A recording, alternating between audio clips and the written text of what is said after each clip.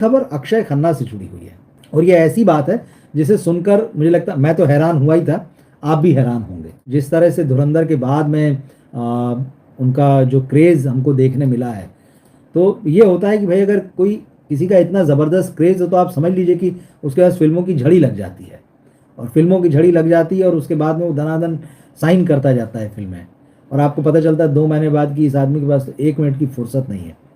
मगर अक्षय खन्ना के बारे में खबर आ रही है कि आज की तारीख में वो खाली हाथ हैं। आप सोचिए, खाली हाथ हैं, उनके पास कोई फ़िल्म नहीं है धुरंधर के बाद में। और ये खबर जो है वाक़ई बहुत सारे मुझे, जैसे मैं कह रहा हूँ कि चौंकाया इस खबर ने, तो ये बात सही है।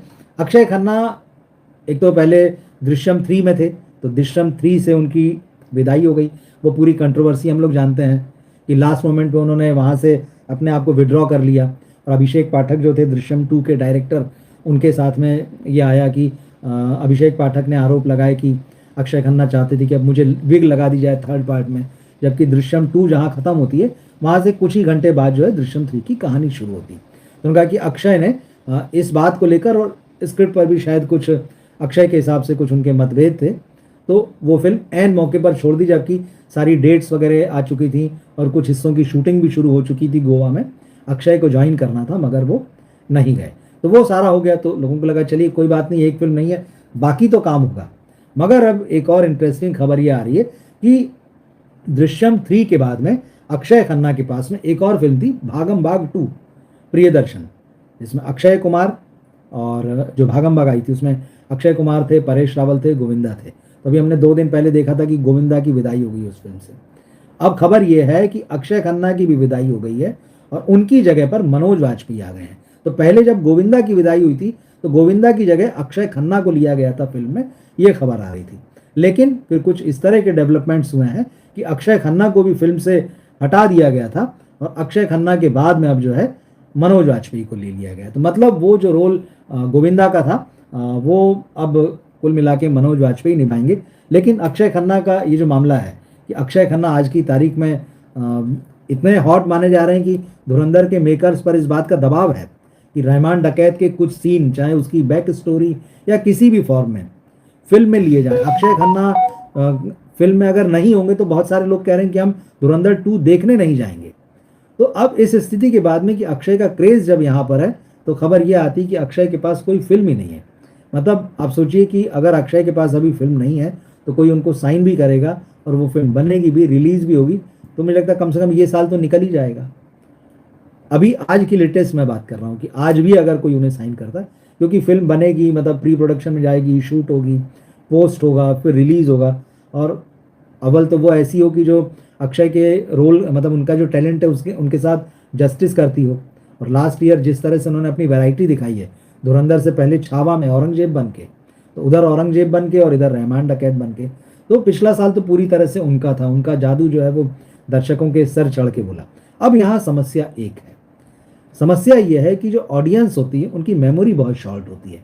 अब चाहे ये किसी को भला लगे चाहे बुरा लगे, मगर हकीकत यही है, यहाँ जो दिखता है वो बिकता है, ये कहावत खूब चलती है।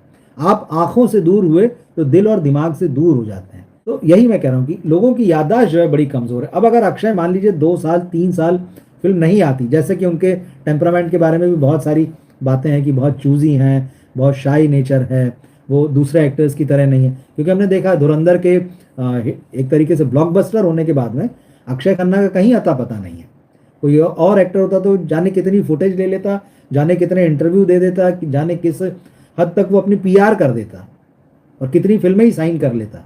लेकिन यहाँ एकदम उल्टा मामला है, अक्षय खन्ना सीन से गायब हैं।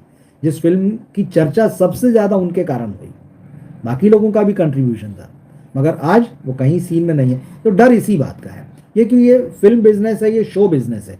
अगर इस शो बिजनेस में आप दिखेंगे नहीं, लोग आपको भूल जाते हैं, और बड़े बड़े सितारों को भूल रहे हैं, ऐसा नहीं है। तो अक्षय के फेवर में, अक्षय खन्ना के फेवर में यह है कि भाई उन्होंने जिस तरह से पिछले साल अपना टैलेंट दिखाया है, हालांकि एक फिल्म उनकी जो साउथ की है, आई थिंक उसका नाम महाकाली है, उसमें वो शुक्राचार्य जो दैत्य गुरु हैं उनके रोल में नजर आने वाले हैं, और वो फिल्म हिंदी में भी रिलीज होगी। मतलब ये तो कंप्लीट वर्क है ना, जो आपका काम हो चुका है, आपके हाथ में क्या है, सवाल ये है। तो जिस एक फिल्म की चर्चा थी भागम भाग 2, और कॉमेडी, अक्षय की कॉमेडी टाइमिंग भी जो है वो बहुत बढ़िया है। उनकी पहले की फिल्मों में भी ये देखा गया है और प्रियदर्शन के साथ उन्होंने कॉमेडी फिल्में की हैं। तो देखना है आगे उनकी अगली फिल्म कौन सी होगी, क्या अनाउंसमेंट होता है। लास्ट खबर जो है रश्मिका मंदाना और विजय देवरकोंडा को लेकर है। दोनों ने लास्ट ईयर अक्टूबर में सगाई कर ली थी। साउथ में इनके रोमांस के चर्चे जो हैं बड़े लंबे समय से होते रहे हैं, लेकिन दोनों लो प्रोफाइल रहे हैं। और देवरकोंडा ने जब बॉलीवुड में आने की कोशिश की तो उनको कामयाबी नहीं मिली। उनकी फिल्म जो थी लाइगर बहुत धूमधाम से उन्होंने लॉन्च किया था। करण जौहर ने उनको बॉलीवुड का अगला सुपरस्टार बता दिया था। धर्मा की ही वो फिल्म थी, लेकिन फिल्म चली नहीं।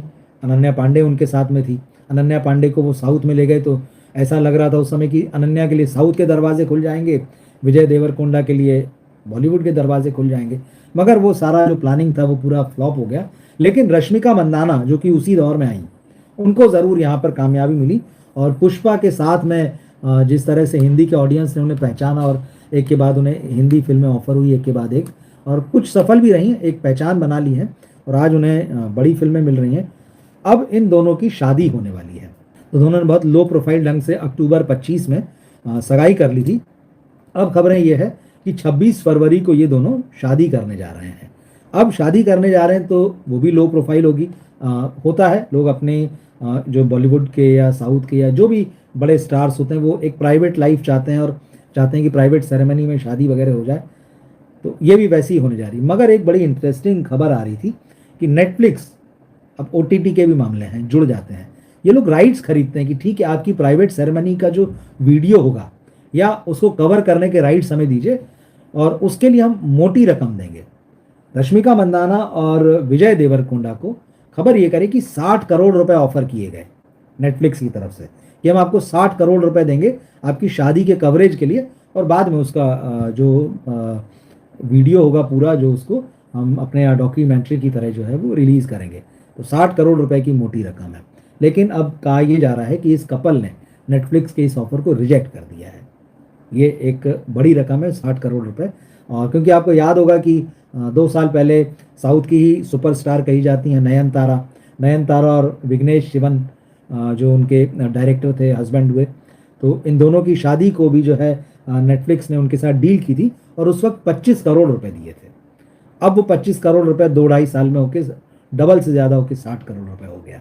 लेकिन रश्मिका मंदाना और विजय देवरकोंडा ने ये डिसाइड किया कि वो अपनी शादी का जो भी सेरेमनी है उसको प्राइवेट ही रखेंगे, उसको किसी के पास उसके राइट्स नहीं देंगे। फिलहाल नेटफ्लिक्स ने जो ऑफ़र किया था, हो सकता है कल को चीज़ें बदल भी जाएं। हो सकता है कि कोई और इससे ज़्यादा बड़ी रकम ऑफ़र कर दे, या ये हो सकता है कि शादी हो जाने के बाद में उसकी कोई बड़ी डील हो। आगे क्या होगा कोई नहीं कह सकता, लेकिन फिलहाल ये खबर है कि भाई एक मोटी रकम 60 करोड़ रुपए की रकम जो है इस कपल ने ठुकरा दी है नेटफ्लिक्स की तरफ से।